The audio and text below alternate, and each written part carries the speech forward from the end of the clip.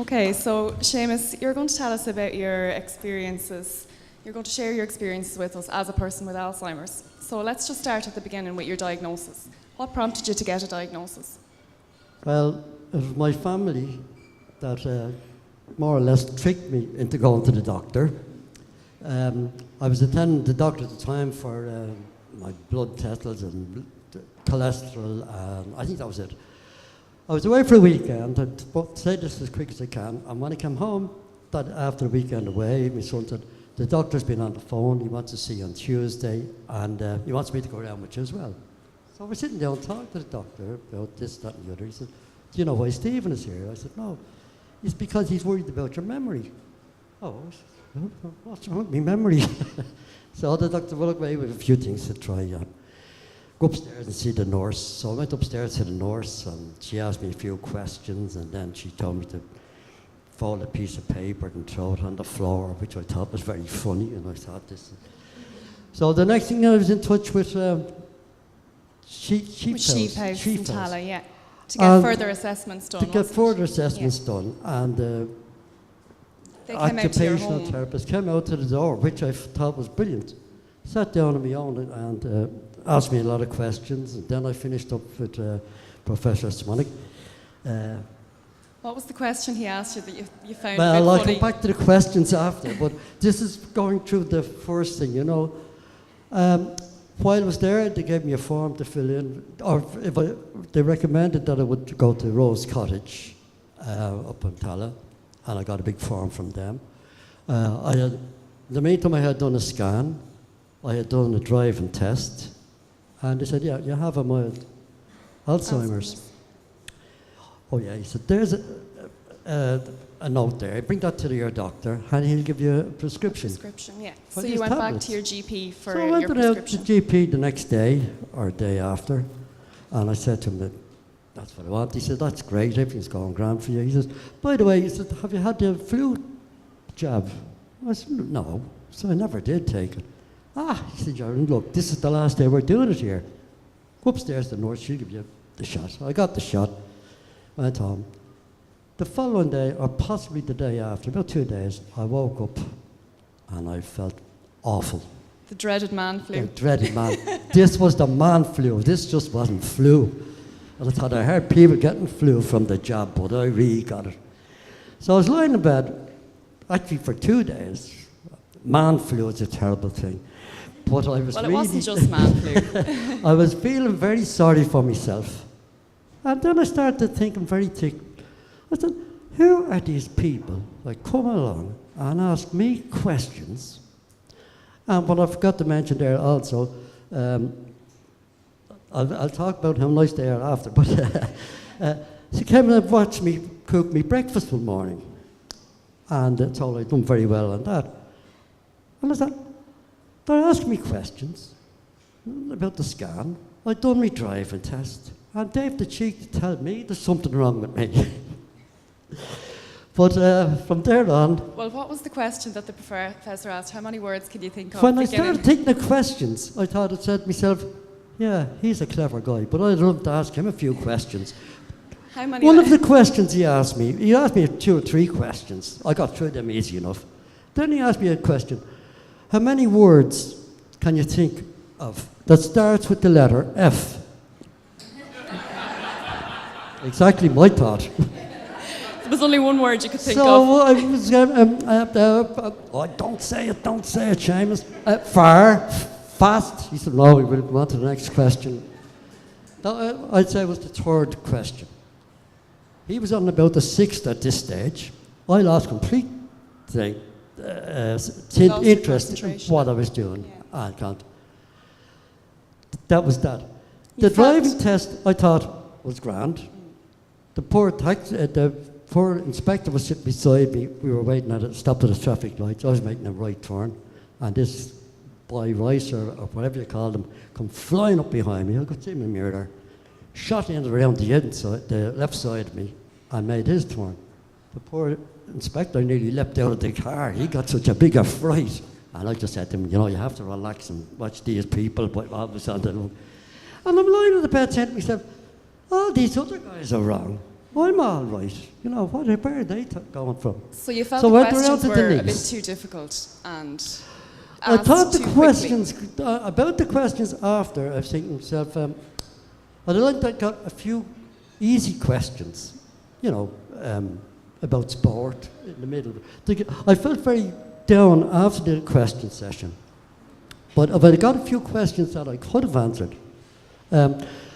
Like, some men know a lot about sport. I know nothing about sport, unfortunately. Hobbies, but if it A few questions to give you a bit of confidence give at the me beginning. a bit of confidence, yeah. You thought that might be a nice idea. That I thought that would be a very good idea.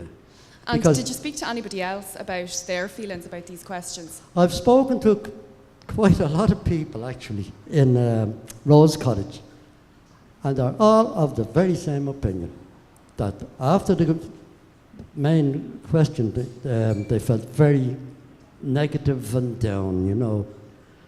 And I've come up and spoke to quite a few people, came with the same thing.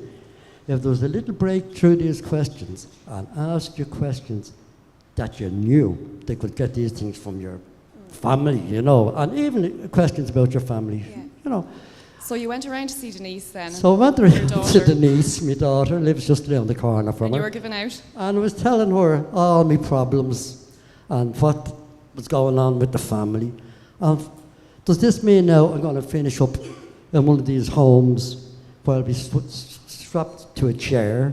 There'll be doors everywhere locked that if I want to even go to the toilet, I'd have to ask permission. And well, poor old Denise filled up. And she said, what makes you think that? I said, Annette, my wife, and Steve. And I said, they're always have been on to me. She said, well, you can count me on that. And you can also count Dara and Kieran and Shay. So I said, we've all been talking about it. But they didn't want to put you into a home. They just wanted to take care of you. The poor Denise got filled up, and then I felt a little better after Denise, because the whole family, and Denise explained it, it's for your own sake, and we were worried about it. They were just trying to support you. And it's great to get it done early. The Yeah, diagnosis early, which is great. How did you kind of come out of that feeling of being down then? You went to a launch of a booklet in the I went to a Alzheimer's launch Society. of a booklet, People with Dementia or something, in the Mansion House. And while there, I was introduced to two couples that live local, which was the idea. These people live here, beside you here. Now. And the two men were attending Rose Cottage In Tala. in Tala. Yeah. It's a service And for I people said to with them, Alzheimer's. what's it like? Oh, they said, you'll enjoy it. We go up there twice a week, and it's very good. So I thought, well, maybe I'll give this a try. Yeah. You weren't too keen on the idea in the beginning, but when you met these other people, Oh, this was about a month after that I didn't bother doing anything about it, you know. You said, these are nice people, so I I'll give it a thought, go. these are nice guys. I'll meet these guys. And I had got a form from Dr. Swanage. And I thought, well, sure, go around and get that form filled. So I went to Rose Cottage, met Mary. She said, yes, we'd love to have you here, you'll be welcome. So I have a form here. I said, don't worry, bring it back down, the doctor will just sign it. So I went down to the doctor, left in the form to the secretary. She said, come back in a day or two. So I went back 2 days after. I said, have you got that form for me? I can't find it anywhere. She says, he's been very busy. Will you leave it for a day or two? Oh, no problem. So I went in 2 or 3 days later. Again, she searched in her files. No, she says, we can't find that. And with that, she went into the doctor. The doctor called me to the surgery. We got on very well. He said, Seamus, come in here.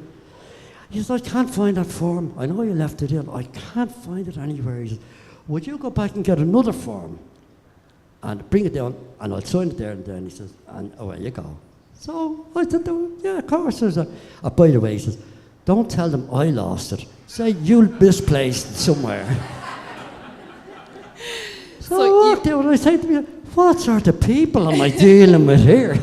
So you went to Rose Cottage anyway. You didn't need the form in the end, so it didn't matter anyway. I went up to the next day and I said to Mary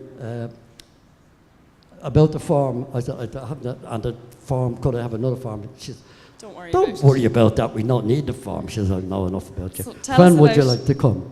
tell us about Rose Cottage. How many times a week do you go? Or So Rose Cottage is my lifesaver in one way. I go 3 days a week, from 10 in the morning to 1 o'clock.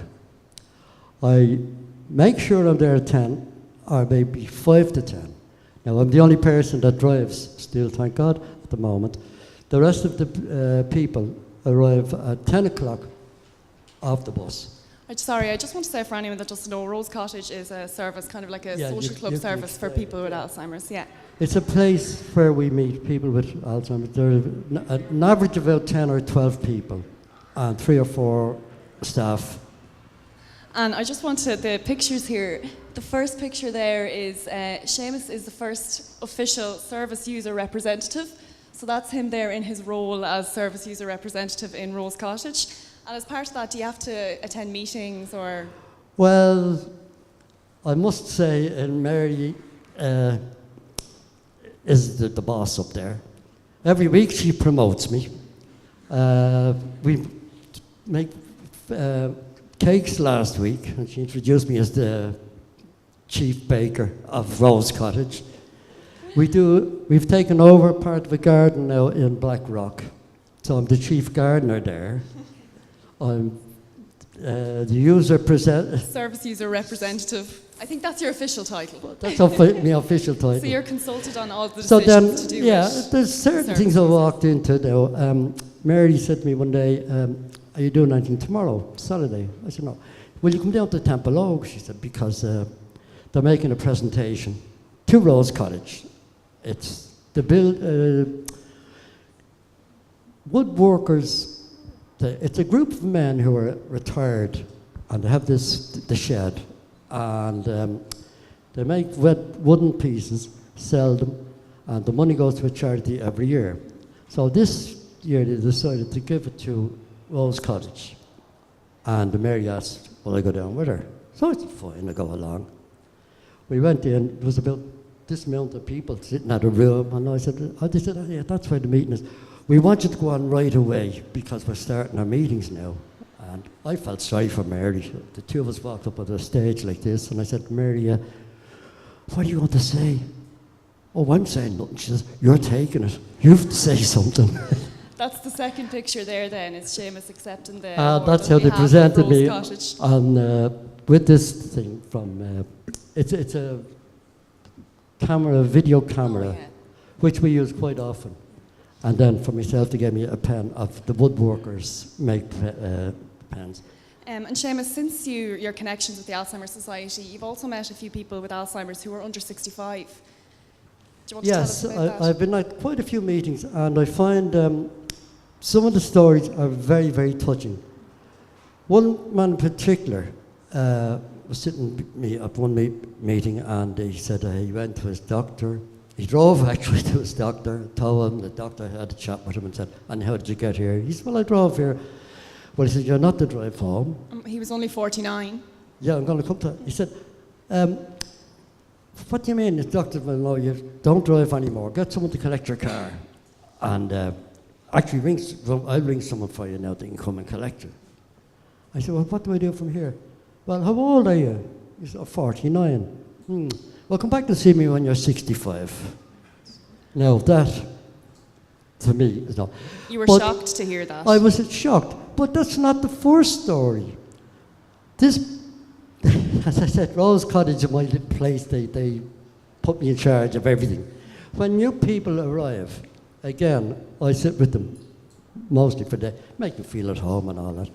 Last week, this man came in and we were chatting away, and I said to him, your first time here? Ah, yeah. He says, yeah, I was diagnosed a few weeks ago. He says, pretty bad. He said, I found myself driving along the footpath one day. Oh, I said, yeah, that's terrible, isn't it? Yeah.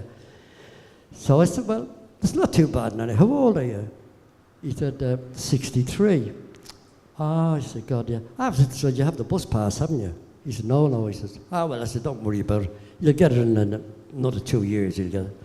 He said, no, he said, according to the papers today, they're introducing this thing that there'll be no more bus passes given out from next year on, whatsoever.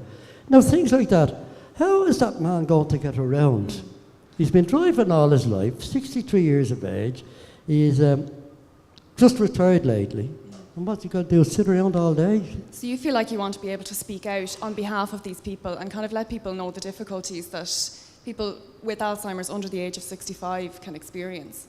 Oh, yeah. Well, I do think that there's to me, Alzheimer's was never spoken about. It seemed to be whispered. Yeah, he's, don't mind him. Now, I tell everybody, I talk too much at times too, but I tell everybody I meet, and I find it a great help to me. We had an incident in a meeting at the Stillorgan Hotel, which I can't really tell at the moment. It was the waiter come over and said, "Oh, Seamus, how are you, Grant? What are you doing here?" So I'm with the crowd here. "And what are you doing with them?" I have Alzheimer's, but I can't go into the extension words we extended. No, wrong with he you. didn't believe you, Didn't basically, believe that you had Alzheimer's. Yeah. But then I met another guy that I worked with years ago in the shopping centre.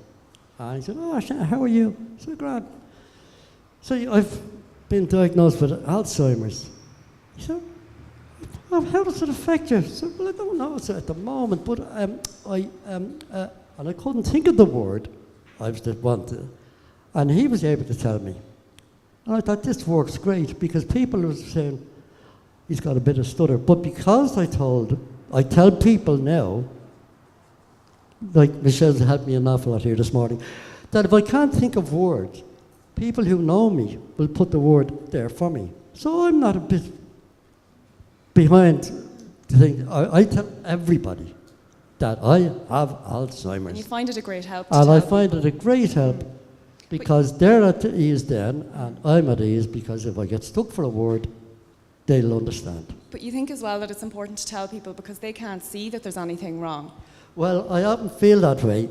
If I broke my arm, I'd have a big bandage around it, and people would be looking at you and saying, "Oh, People look at me now and say, "Oh, what's wrong with you, Seamus?" Yeah, I think I look all right, but You have to try and explain it to them but then. that's what I explain to people, and I think they're glad that I do tell them. Yeah.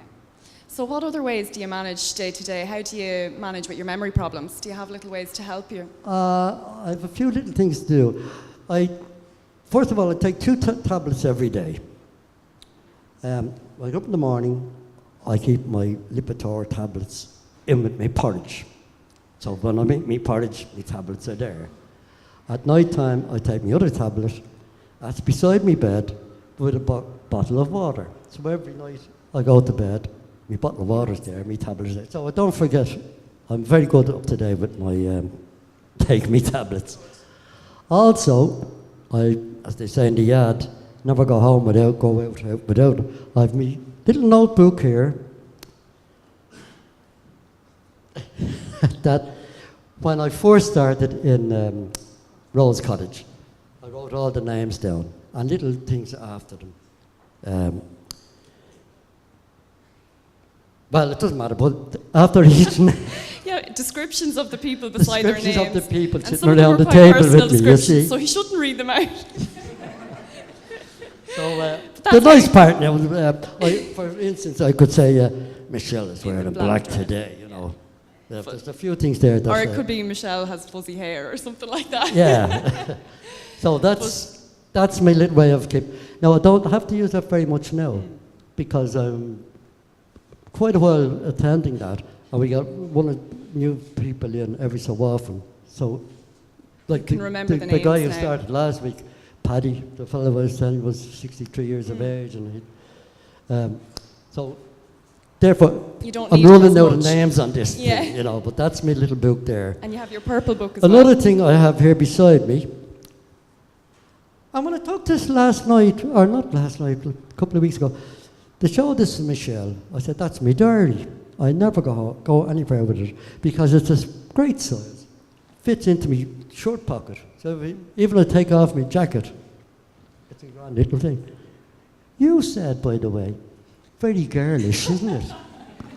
We're not supposed to tell anyone. It is girly, it's purple. I would be lost without that, and I have my. I'm also a member of the wine waiters of Ireland. So we have tastings. We have our AGM next Tuesday. I've my physio next Friday. That's how you remember but all your everything appointments. is down on my little diary, and then I've the big diary beside me bed. And when I go to bed at night, I take my tablet, have a look at my diary, and that new goes transferred into my main diary. That's how you remember. And that's how I remember Brilliant. quite a lot of things, yeah. Just before we go, you do want to say a few thank yous, so I think you have them written out there. Writing these out this morning because I didn't know how hard Michelle was going to be with me. So I did not get confused. But before I finish, I must say I'm very privileged to be sitting up here today. And I feel I can do it this year. I'm delighted to be able to stand here this year. Next year, I don't know whether I can be here or not. I don't know how quickly this is going to affect me. But while I can still drive, I'm not off too bad because I have my travel pass already, even though I don't use it, but maybe next year I'll have to. So that doesn't bother me. It doesn't scare me about doing the driving test again because it will be coming up shortly. I feel very confident about it. It doesn't bother me in the least. But if I do fail it, I have my travel pass. Not like a lot of people don't have it, and these are the thing I feel sorry for. How would they travel from one side of the city to the other? And all. But sorry, I'm going on a bit. I would like to thank, most of all, obviously, my wife, who we are 50 years married this year, but especially for the past year, she stuck beside me and gave me great encouragement.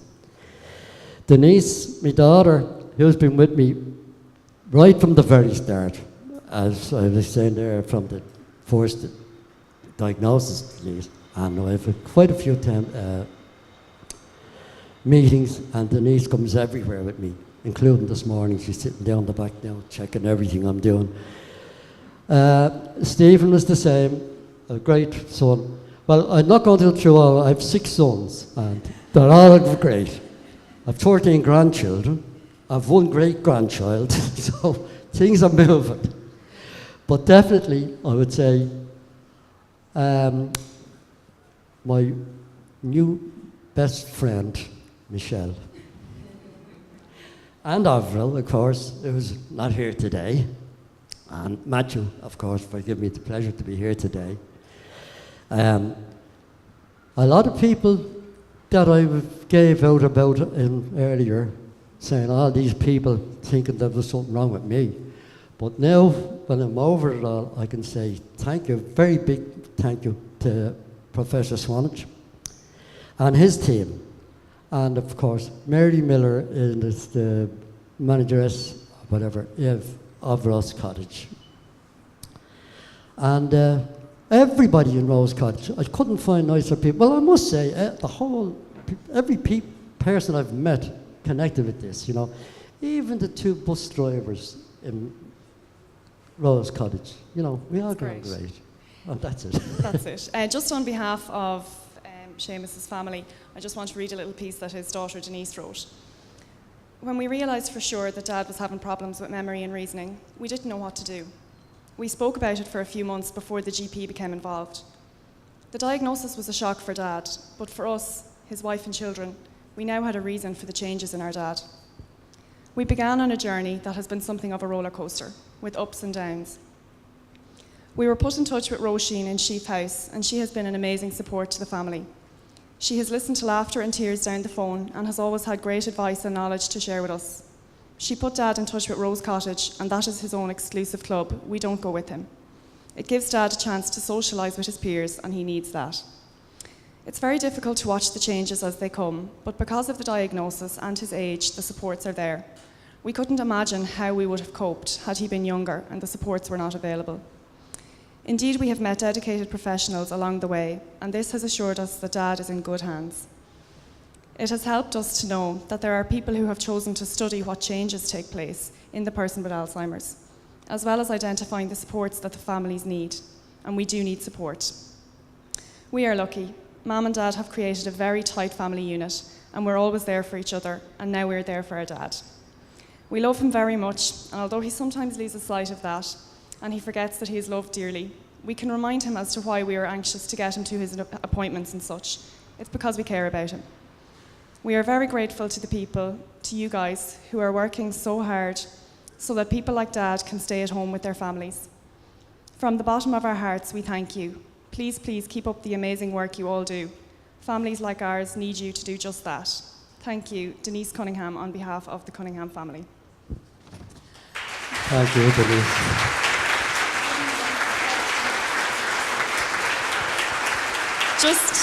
Just one more thing before we go. Just to finish up, for all the clinicians and all the professionals that are in the room who are really used to asking the questions, I think Seamus wants to put the shoe on the other foot for a second, and he has his own question for you. Well, this is my own question.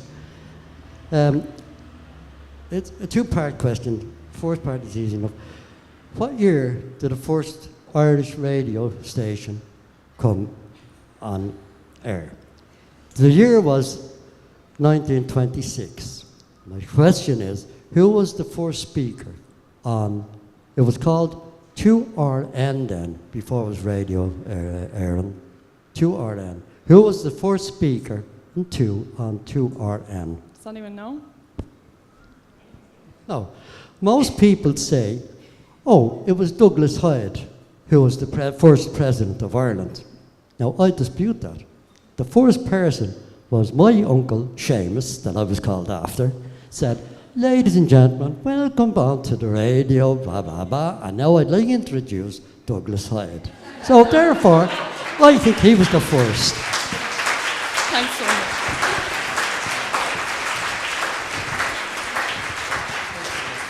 Thank you.